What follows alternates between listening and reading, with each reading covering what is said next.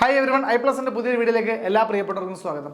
കേറ്ററ്റുമായി ബന്ധപ്പെട്ട് നിലനിന്നിരുന്ന എല്ലാ അനിശ്ചിതത്വങ്ങളും ഒഴിയുകയാണ്. സർക്കാർ ഉത്തരവ് ഇടയ്ക്ക് പ്രഖ്യാപിച്ചിട്ടുണ്ടായിരുന്നു. അത് പിന്നീട് മരവിപ്പിക്കുകയുണ്ടായി. തുടർന്ന് പുതിയ ഏറ്റവും ലേറ്റസ്റ്റ് ആയ ഒരു ക്ലാരിഫൈഡ് സർക്കാർ ഉത്തരവ് പുറത്തിറങ്ങിയിട്ടുണ്ട്. അപ്പോൾ അതുമായി ബന്ധപ്പെട്ട കാര്യങ്ങളാണ് ഇന്നത്തെ ഈ ഒരു വീഡിയോയിൽ നിങ്ങളുടെ മുമ്പിലേക്ക് അവതരിപ്പിക്കുന്നത്. നോക്കാം. ഈ അടുത്തിടെ വന്ന ഒരു സുപ്രീം കോടതി വിധി മൂലം കേറ്ററ്റിന്റെ യോഗ്യതയുമായി ബന്ധപ്പെട്ട് അല്ലെങ്കിൽ അധ്യാപക നിയമനങ്ങളുടെ യോഗ്യതയുമായി ബന്ധപ്പെട്ട് കേറ്ററ്റുമായി ബന്ധപ്പെട്ട് ചില തർക്കങ്ങളൊക്കെ നിലനിന്നിരുന്നു അല്ലേ. അതുമായി ബന്ധപ്പെട്ട് ഉയർന്ന യോഗ്യതയുള്ളവർ പല കാറ്റഗറിയിൽ ഉയർന്ന കാറ്റഗറി ഉണ്ടെങ്കിൽ താഴത്തെ കാറ്റഗറി വേണ്ട എന്നൊക്കെയുള്ള പല അസംഷൻസും അതുപോലെ തന്നെ അനാലിസിസും ഒക്കെ പുറത്തു വന്നിട്ടുണ്ടായിരുന്നു. അപ്പോൾ അതിനൊക്കെ ഒരു ക്ലാരിറ്റി തേടിക്കൊണ്ട് വിദ്യാഭ്യാസ ഡയറക്ടർ സർക്കാരിനൊരു ക്ലാരിഫിക്കേഷൻ ചോദിച്ചപ്പോൾ അത് സർക്കാർ ഒരു ഉത്തരവ് പുറപ്പെടുവിച്ചു. അതെല്ലാവരും നമ്മൾ ഉൾപ്പെടെ എല്ലാവരും നിങ്ങളുടെ മുമ്പിലേക്ക് അവതരിപ്പിച്ചതാണ്. എന്നാൽ തൊട്ടടുത്ത ദിവസം തന്നെ ആ ഒരു ഉത്തരവ് മരവിപ്പിക്കുന്ന ഒരു സാഹചര്യം ഉണ്ടായിരുന്നു. അപ്പോൾ വീണ്ടും ഒരു കൺഫ്യൂഷന്റെ സമയമായി. അങ്ങനെ അതിൽ ഒരു കൃത്യമായ ഒരു ചിത്രം തെളിഞ്ഞു വന്നിരിക്കുകയാണ്. പുതിയ ഒരു സർക്കാർ ഉത്തരവ് പുറത്തിറങ്ങിയിട്ടുണ്ട്. അതായത് സർക്കാർ എയ്ഡഡ് സ്കൂളുകളിലെ അധ്യാപക നിയമനങ്ങൾക്ക് ഭിന്നശേഷിക്കാരെ ഉൾപ്പെടെ നിയമിക്കുന്നതിന് വേണ്ടിയുള്ള പുതുക്കിയ മാർഗനിർദ്ദേശങ്ങൾ കേറ്ററ്റ് ഉൾപ്പെടെയുള്ള കാര്യങ്ങളിലാണ് ഈ ഒരു ഉത്തരവിലുള്ളത്. അപ്പോൾ അതുമായി ബന്ധപ്പെട്ട കാര്യങ്ങൾ നമുക്ക് ജസ്റ്റ് നോക്കാം. ഇതോടുകൂടി കേറ്ററ്റുമായി ബന്ധപ്പെട്ട് നിലനിൽക്കുന്ന എല്ലാ അനിശ്ചിതത്വങ്ങളും മാറും എന്ന് വിചാരിക്കുന്നു. ഓക്കെ, നമുക്ക് നോക്കാം. അപ്പോൾ നിലവിൽ കോടതിയിൽ നിലനിൽക്കുന്ന അപ്പീലുകളൊക്കെ ഉണ്ട്. എന്നിരുന്നാൽ പോലും നിലവിലെ സാഹചര്യത്തിൽ ഇപ്പോൾ ഒരു കേറ്ററ്റ് അപേക്ഷ വിളിച്ചിട്ടുണ്ടല്ലോ. അപ്പോൾ ആ ഒരു സാഹചര്യത്തിൽ അതുപോലെ നിലവിൽ ചില അധ്യാപക പോസ്റ്റുകളുടെയൊക്കെ ലിസ്റ്റുകൾ റണ്ണിങ് ആണ്. അപ്പോൾ അതിലൊക്കെ ബന്ധപ്പെട്ട് നിലനിൽക്കുന്ന കുറച്ച് പ്രശ്നങ്ങളൊക്കെ ഉണ്ട്. എന്നിരുന്നാൽ പോലും സാഹചര്യം അനുസരിച്ച് ഇപ്പോൾ നമുക്ക് കുറച്ച് ക്ലാരിറ്റി ഉണ്ടായിരിക്കുകയാണ്. നമുക്ക് പ്രധാനപ്പെട്ട കാര്യങ്ങൾ നോക്കാം. ഈ ഒരു ഉത്തരവിൽ പറയുന്ന പ്രധാനപ്പെട്ട അധ്യാപക യോഗ്യതയുമായി ബന്ധപ്പെട്ട കാര്യങ്ങൾ നമുക്ക് വേഗം നോക്കാം. കേറ്ററ്റ് കാറ്റഗറി 1, 2 എന്നിവയിൽ ഏതെങ്കിലും ഒന്ന് വിജയിച്ചവരെ LP UP അധ്യാപക നിയമനങ്ങൾക്ക് പരിഗണിക്കാവുന്നതാണ്. അതായത് കേറ്ററ്റ് കാറ്റഗറി 1 അല്ലെങ്കിൽ 2 നിങ്ങൾ പാസ്സായിട്ടുണ്ടെങ്കിൽ ഏതെങ്കിലും ഒരെണ്ണം മതി. 1 ഉണ്ടെങ്കിലും അല്ലെങ്കിൽ 2 മാത്രമേ ഉള്ളെങ്കിൽ പോലും നിങ്ങൾക്ക് LP യിലും UP യിലും പോസ്റ്റിലേക്ക് അല്ലെങ്കിൽ LP ST UP ST പോസ്റ്റുകൾക്ക് അപ്ലൈ ചെയ്യാം, അധ്യാപകനാവാൻ സാധിക്കും.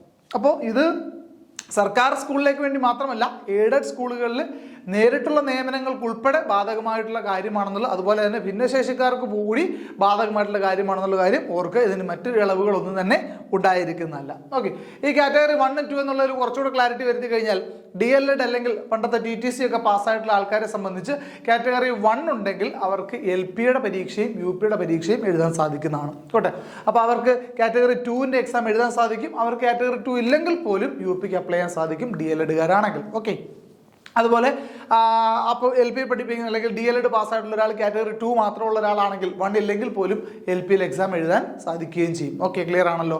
എന്നാൽ BEd ഉള്ള ഒരാളെ സംബന്ധിച്ച് കാറ്റഗറി 2 മാത്രമേ എഴുതാൻ സാധിക്കുകയുള്ളൂ. അവർക്ക് കാറ്റഗറി 1 എഴുതാൻ സാധിക്കില്ല. അങ്ങനെ കാറ്റഗറി 2 എഴുതുന്ന ഒരു BEd പഠിച്ചിട്ടുള്ള ഒരാളെ സംബന്ധിച്ചുകൊണ്ട് അവർക്ക് UPST പരീക്ഷയ്ക്ക് അപ്ലൈ ചെയ്യാൻ സാധിക്കും.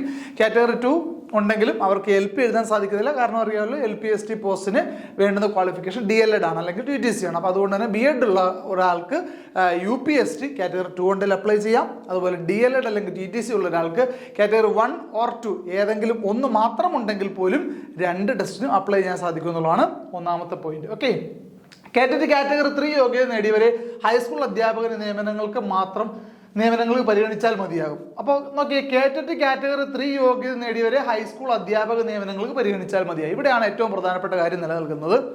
മുൻപ് നമ്മൾ ഉൾപ്പെടെ വീഡിയോ ചെയ്ത സമയത്ത് പറഞ്ഞിരുന്നതാണ്, സെറ്റ്, നെറ്റ്, MPhil, PhD തുടങ്ങിയ അധിക യോഗ്യതയുള്ളവർ നിലവിൽ അവർക്ക് കേറ്ററ്റ് പരീക്ഷ എഴുതാതെ തന്നെ ഹൈസ്കൂൾ പോസ്റ്റിലേക്ക് UP പോസ്റ്റൊക്കെ അപ്ലൈ ചെയ്യാൻ സാധിക്കുമായിരുന്നു.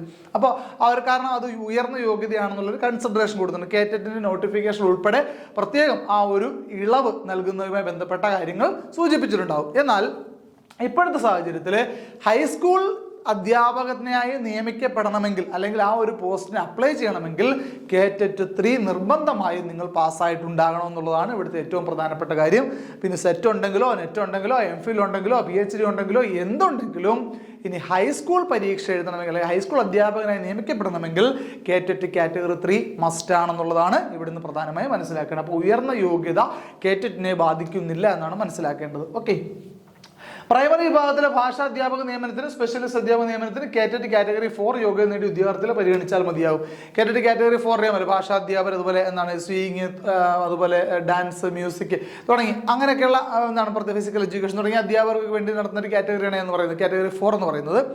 അത് പ്രൈമറി അധ്യാപകരാണെങ്കിൽ അവർ കാറ്റഗറി 4 ഉറപ്പായിട്ടും പാസ്സായിരിക്കണം. എന്നാൽ ഹൈസ്കൂൾ തലത്തിലുള്ള ഭാഷാ അധ്യാപകർ കേറ്ററ്റ് കാറ്റഗറി 3 നേടിയ പക്ഷം കേറ്ററ്റ് കാറ്റഗറി 4 നേടേണ്ടതില്ല എന്ന നിലവിലെ വ്യവസ്ഥ തുടരാവുന്നതാണ്. അത് ഹൈസ്കൂളിലെ ഭാഷാ അധ്യാപകരാണെങ്കിൽ അവർ കാറ്റഗറി 2 നേടിയിട്ടുണ്ടെങ്കിൽ കാറ്റഗറി 4 നേടേണ്ട ആവശ്യമില്ല എന്ന് പറയും. എന്നാൽ പ്രൈമറിയിലേക്ക് വരുമ്പോൾ ഭാഷാ അധ്യാപകരും സ്പെഷ്യലിസ്റ്റ് അധ്യാപകരും ഒക്കെ നിർബന്ധമായും കാറ്റഗറി 4 പാസ്സായിട്ടുണ്ടാകുന്നുള്ള അതുകൊണ്ട് അതൊരു വ്യക്തമായ ക്ലാരിറ്റി കൊടുത്തിട്ടുണ്ട് രണ്ട് കാര്യങ്ങൾക്കും. ഓക്കെ അല്ലേ? അതുപോലെ തന്നെ സീറ്റിന്റെ പ്രൈമറി സീറ്റുമായി ബന്ധപ്പെട്ട് നിലനിൽക്കുന്ന പ്രശ്നങ്ങൾക്കും പരിഹാരമുണ്ട്. സീറ്റിന്റെ പ്രൈമറി സ്റ്റേജ് യോഗ്യത നേടിയവരെ കേറ്ററ്റ് കാറ്റഗറി 1 നിന്നും സീറ്റഡ് എലിമെന്ററി സ്റ്റേജ് യോഗ്യത നേടിയവരെ കേറ്ററ്റ് കാറ്റഗറി 2 നിന്നും ഒഴിവാക്കാമെന്ന നിലയിലുള്ള നിർദ്ദേശം തുടരാവുന്നതാണ്. അറിയാമല്ലോ, സെൻട്രൽ ഗവൺമെന്റ് നടത്തുന്ന ടെറ്റ് പരീക്ഷയാണ് പ്രൈമറി സ്റ്റേജ്, അതായത് സീറ്റഡ് കാറ്റഗറി 1 അതുപോലെ എലിമെന്ററി സ്റ്റേജ് സീറ്റഡ് കാറ്റഗറി 2. അപ്പോൾ സീറ്ററ്റിന്റെ പ്രൈമറി സ്റ്റേജ് പാസ്സായിട്ടുണ്ടെങ്കിൽ നിങ്ങൾ കേറ്ററ്റ് 1 പാസ്സാവേണ്ട ആവശ്യമില്ല. ഓൾറെഡി നിങ്ങൾ ക്വാളിഫൈഡ് ആണെന്ന് തത്തുല്യമായി പരിഗണിക്കും. അതുപോലെ തന്നെ സീറ്ററ്റിന്റെ പ്രൈമറി സ്റ്റേജിന് അപ്പുറം എലിമെന്ററി സ്റ്റേജ് സീറ്ററ്റ് കാറ്റഗറി 2 നിങ്ങൾ പാസ്സായിട്ടുണ്ടെങ്കിൽ നിങ്ങൾക്ക് കേറ്ററ്റ് കാറ്റഗറി 2 നിങ്ങൾ പാസ്സാവേണ്ട ആവശ്യമില്ല.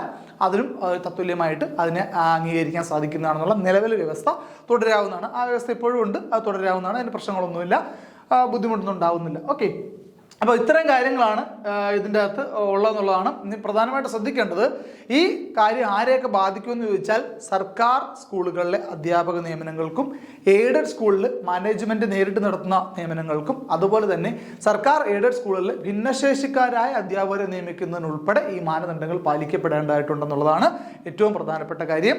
ഇതിൽ നിന്നും നമുക്ക് ഉള്ള ഏറ്റവും പ്രധാനപ്പെട്ട ചില കൺഫ്യൂഷനുകൾ ഇപ്പോൾ തന്നെ ക്ലിയർ ആക്കി തരാം. ചില കുട്ടികളൊക്കെ നമ്മളോട് സംശയം ചോദിക്കുന്നതാണ്, എനിക്ക് കാറ്റഗറി 3 ഞാൻ പാസ്സായതാണ്, എനിക്ക് BEd ഉണ്ട്, ഞാൻ UP എഴുതുമ്പോൾ പ്രത്യേകം കാറ്റഗറി 2 എഴുതേണ്ടതിൻ്റെ ആവശ്യമുണ്ടോ എന്നുള്ളത്. അപ്പം മുൻപത്തെ സാഹചര്യത്തിൽ എഴുതേണ്ട ആവശ്യമില്ലായിരുന്നു. നിങ്ങൾ UP എഴുതണമെന്നുണ്ടെങ്കിൽ UP ടെസ്റ്റ് എഴുതണമെങ്കിൽ അല്ലെങ്കിൽ UP സ്കൂളിൽ നിയമനം നേടണമെന്നുണ്ടെങ്കിൽ കാറ്റഗറി 2 ഇല്ല കാറ്റഗറി 3 ആണ് നിങ്ങൾക്കുള്ളതെങ്കിൽ ഓക്കെ ആയിരുന്നു, നിങ്ങൾക്ക് ബുദ്ധിമുട്ടൊന്നുമില്ലായിരുന്നു. പക്ഷേ നിലവിലെ സാഹചര്യത്തിൽ അങ്ങനെയല്ല. കാറ്റഗറി 2 ഉണ്ടെങ്കിലാണ് നിങ്ങൾക്ക് UP എഴുതാൻ സാധിക്കുന്നത്, അതുപോലെ കാറ്റഗറി 3 ഉണ്ടെങ്കിലാണ് ഹൈസ്കൂൾ എഴുതാൻ സാധിക്കുന്നത്. ഉയർന്ന യോഗ്യതകളെ കൺസിഡർ ചെയ്യുന്നില്ല എന്നുള്ള ഏറ്റവും പ്രധാനപ്പെട്ട കാര്യം ഓർത്തിരിക്കുക. അതുപോലെ തന്നെ സീറ്ററ്റിന്റെ കാര്യങ്ങൾ പ്രൈമറി സ്റ്റേജും എലിമെന്ററി സ്റ്റേജും തത്തുല്യമായി വരുന്നുണ്ട്. ഏറ്റവും പ്രധാനമായിട്ട് നിങ്ങൾ മനസ്സിലാക്കേണ്ട മറ്റൊരു കാര്യം, കാറ്ററ്റ് കാറ്റഗറി 1 or 2 ഉണ്ടെങ്കിൽ LP UP അധ്യാപക നിയമനങ്ങൾ ഏത് ടെസ്റ്റ് വേണമെങ്കിലും അല്ലെങ്കിൽ അതുമായി ബന്ധപ്പെട്ട ഏത് നിയമനത്തിനും നിങ്ങൾ അർഹരാണെന്നുള്ളതാണ്. ഇത്രയും കാര്യങ്ങളാണ്. ഇനി ഏറ്റവും പ്രധാനപ്പെട്ട മറ്റൊരു കാര്യം കൂടിയുണ്ട്. ഈ പ്രശ്നങ്ങൾ അല്ലെങ്കിൽ ഈ പറയുന്ന നിർദ്ദേശങ്ങൾക്കൊക്കെ ഏറ്റവും അവസാനം വരാനിരിക്കുന്നത് അല്ലെങ്കിൽ നിലവിൽ സുപ്രീം കോടതിയുടെ പരിഗണനയിൽ ഇരിക്കുന്ന ചില കേസുകളും നിലവിൽ പോയിരിക്കുന്ന ചില റിവ്യൂ ഹർജികളും ഒക്കെ വിധി കൽപ്പിച്ചുകൊണ്ടൊരു അന്തിമ വിധി വരുന്ന സമയത്ത് അതിലെന്തെങ്കിലും മാറ്റങ്ങളുണ്ടെങ്കിൽ മാത്രമാണ് ഈ പറയപ്പെടുന്ന നിർദ്ദേശങ്ങൾക്ക് സർക്കാർ ഉത്തരവിൽ എന്തെങ്കിലും മാറ്റം ഉണ്ടാവുക. അല്ലാത്ത പക്ഷം നിലവിൽ ഈ ഒരു ക്ലാരിഫൈഡ് ആയിട്ടുള്ള നിർദ്ദേശങ്ങൾ തന്നെ അനുവർത്തിക്കപ്പെടേണ്ടതാണ്. ഇതിനും നിലവിൽ ഈ പറയുന്ന പോലെ ലിസ്റ്റ് ചെയ്തിരിക്കുന്ന ആൾക്കാർ ഇപ്പം നിലവിൽ ഉള്ള ഏതെങ്കിലും UPയുടെയോ അല്ലെങ്കിൽ HSന്റെയോ HSTയുടെയോ ഒക്കെ ലിസ്റ്റ് ചെയ്തിരിക്കുന്ന ആൾക്കാർക്ക് ചിലപ്പോൾ ഇപ്പോഴും കൺഫ്യൂഷൻസ് ഉണ്ടാവും. എന്നാൽ 1/9/2025 സുപ്രീം കോടതി വിധി പ്രഖ്യാപിച്ചിട്ടുള്ളത്. അതിന് മുൻപ് വന്ന നോട്ടിഫിക്കേഷനുകളിൽ അന്നത്തെ മാനദണ്ഡം പാലിച്ചാൽ മതിയാകും എന്നാണ് നമുക്ക് ഇപ്പോൾ ചിന്തിക്കാൻ സാധിക്കുന്നത്. ഒക്കെ ഒരു കലങ്ങി തെളിയാൻ ഇനിയും കുറച്ചും കൂടി ഉണ്ട്. എന്നിരുന്നാൽ പോലും ഏറ്റവും പ്രധാനപ്പെട്ട പലരുടെയും കൺഫ്യൂഷനുകൾ ഇതോടുകൂടി ക്ലിയർ ആയെന്ന് വിശ്വസിക്കുന്നു. മറ്റെന്തെങ്കിലും ഡൗട്ടുകൾ നിങ്ങൾക്ക് മറ്റു കാര്യങ്ങളൊക്കെ ഉണ്ടെങ്കിൽ നമ്മുടെ വീഡിയോയുടെ താഴെയുള്ള കമൻറ്റുകളായിട്ട് നിങ്ങൾക്ക് ഞങ്ങളെ അറിയിക്കാവുന്നതാണ്. എത്രയും പെട്ടെന്ന് തന്നെ അതിൻ്റെ പ്രതികരണങ്ങൾ നിങ്ങൾക്ക് ലഭിക്കുന്നതാണ്. Okay, thank